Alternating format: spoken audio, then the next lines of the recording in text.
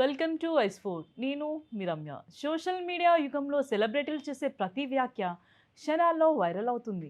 ముఖ్యంగా వారి వ్యక్తిగత జీవితానికి సంబంధించిన విషయాలు బయటకు వస్తే మద్దతు, విమర్శలు రెండు ఒకేసారి వినిపించడం సహజం.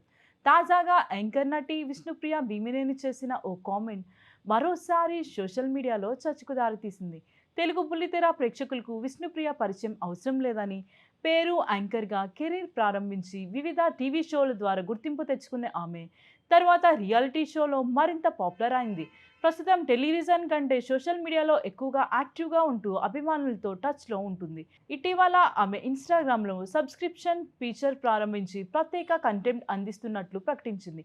ఇదే సమయంలో ఆమె కంటెంట్పై కొత్త వివాదం కూడా చెలరేగింది.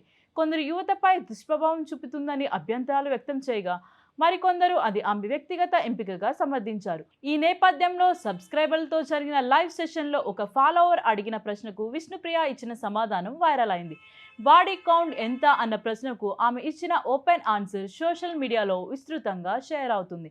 అయితే బాడీ కౌంట్ అనే పదానికి వేరువేరు అర్థాలుండడంతో ఆమె వ్యాఖ్యపై భిన్న అభిప్రాయాలు వ్యక్తమవుతున్నాయి.